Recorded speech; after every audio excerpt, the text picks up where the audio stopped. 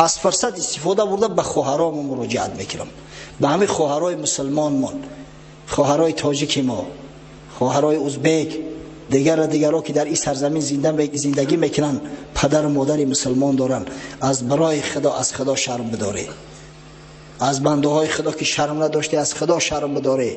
این چی عیب شرمندگی است؟ اطلس گرفته است، ترسیک کرده است، او را ایزار گفته نمیشه و ترسیک در زانو شیوخی در بو بانقتی بستش در میجا.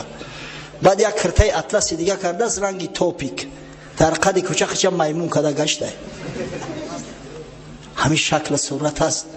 من حیران میشم اون دختر پدر داشته باشه، پدرش چی رنگ باشه، مادر داشته باشه، اون مادری او چی رنگ است که به این شکل به این صورت میگرده.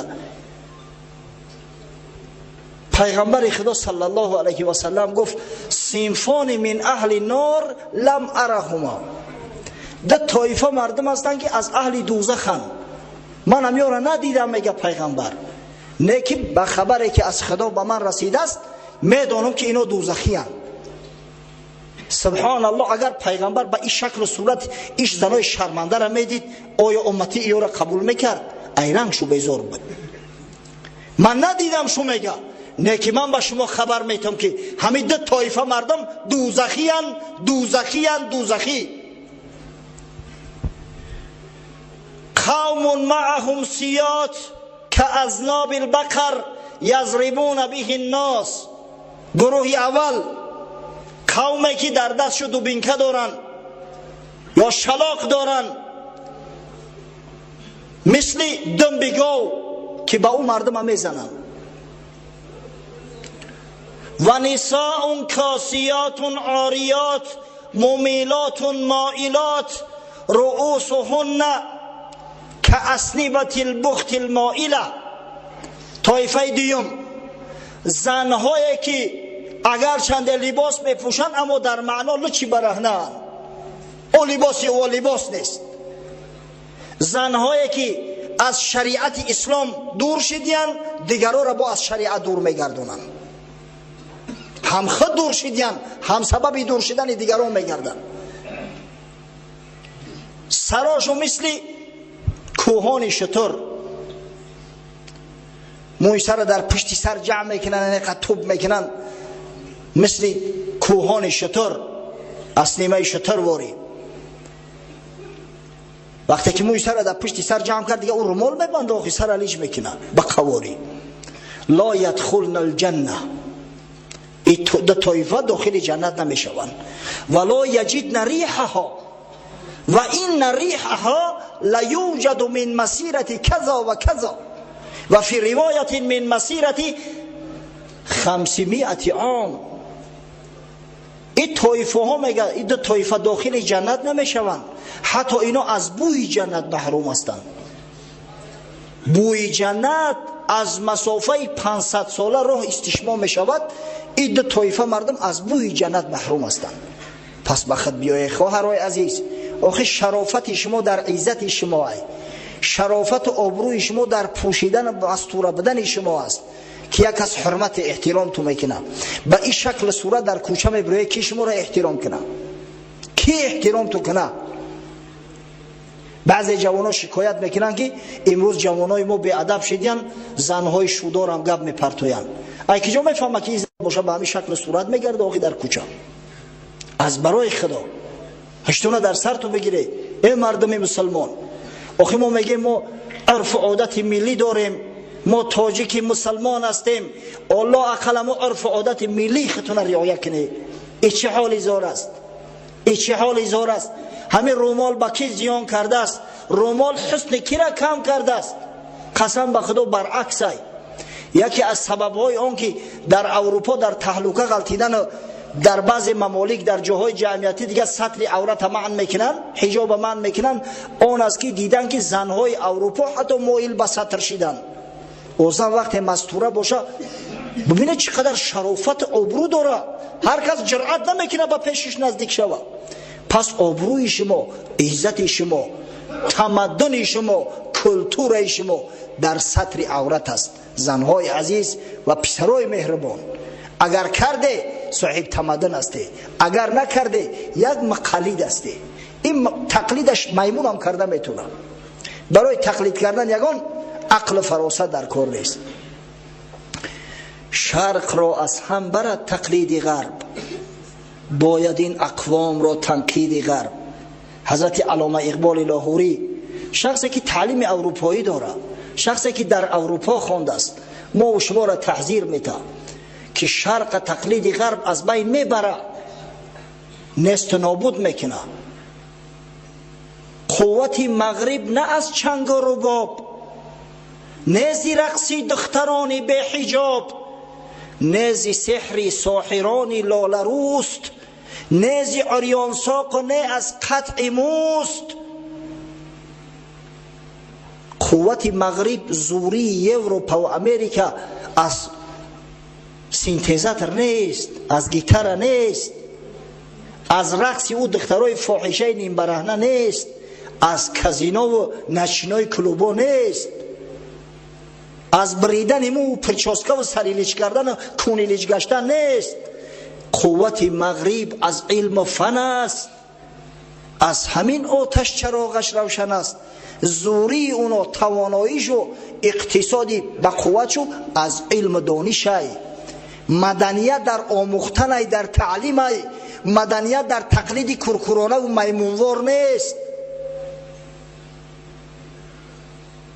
قوت مغرب از علم و فن است، از همین آتش چراغش روشن است. حکمت از قطع و برید جامه نیست، مانع علم و هنر عمامه نیست. هیچ وقت سلام مانع علم و هنر نمیشوه. سر تلیچ کردی و موی سر تبریدی تو کلتورنی نمیشوی هیچ وقت. مدنیتی تو، علمی تو، دانشی تو، فراستی تو در علم تای، در تمدن تای، در عقل فراست تای. ای جوانی عزیز، علم و فن را ای جوان شوخ شنگ مغز می باید، نه تقلیدی فرنگ.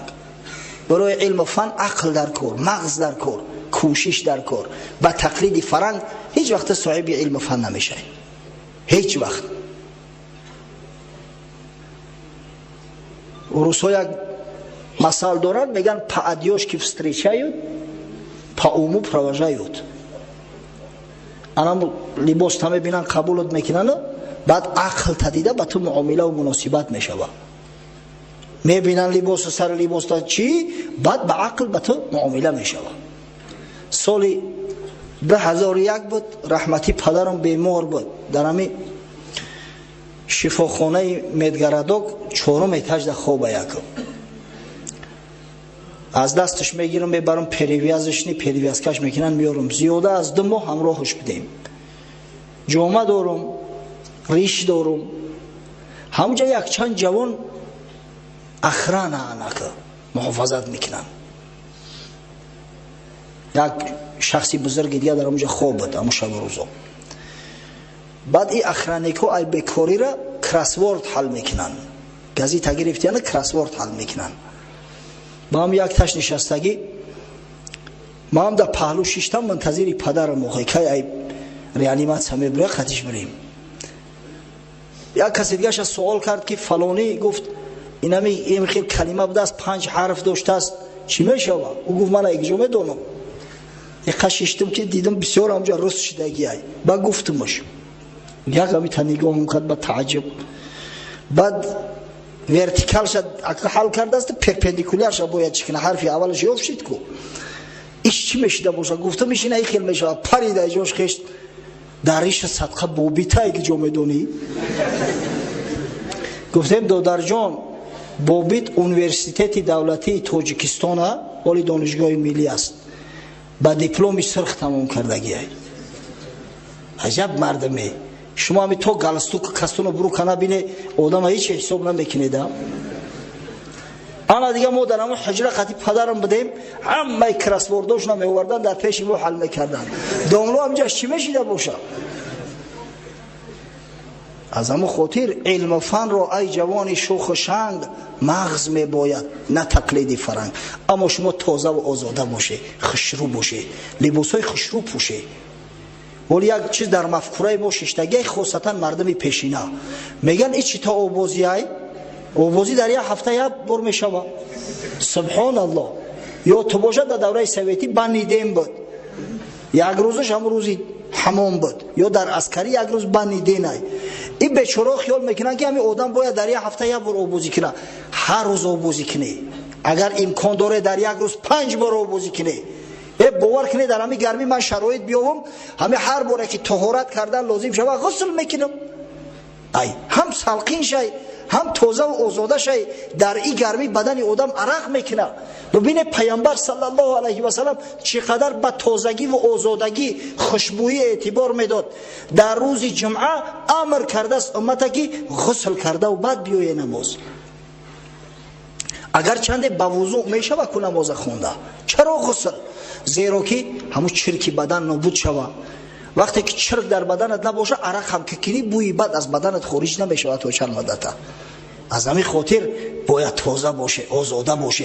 امکانیت داره، امکانیت. همین پوشیدن لباس زیبا هم دلالت به سلیقه میکنه.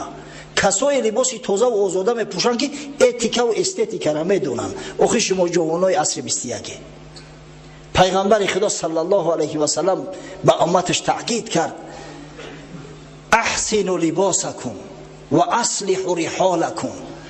گفت بهترین لباس ها را پوشه، لباس خوب پوشه.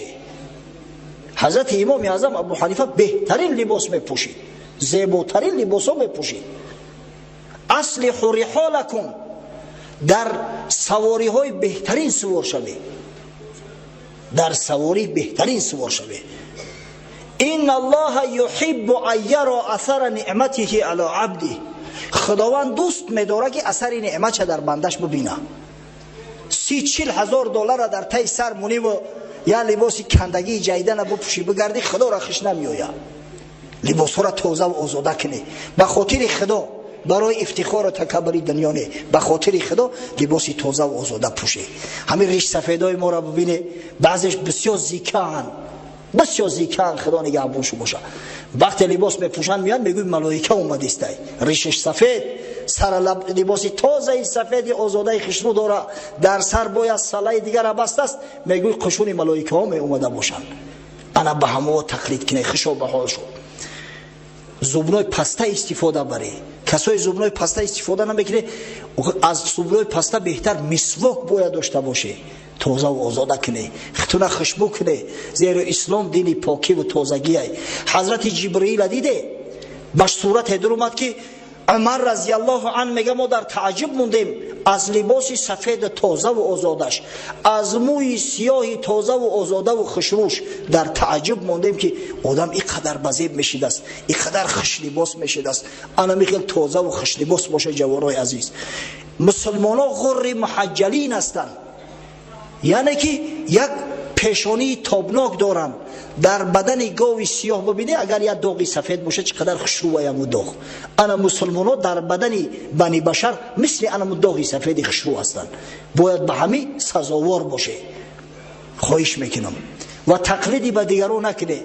الحمدلله لباس تازه و آزاده و خوشرو امروز پرای هر نمودش که بخواهی.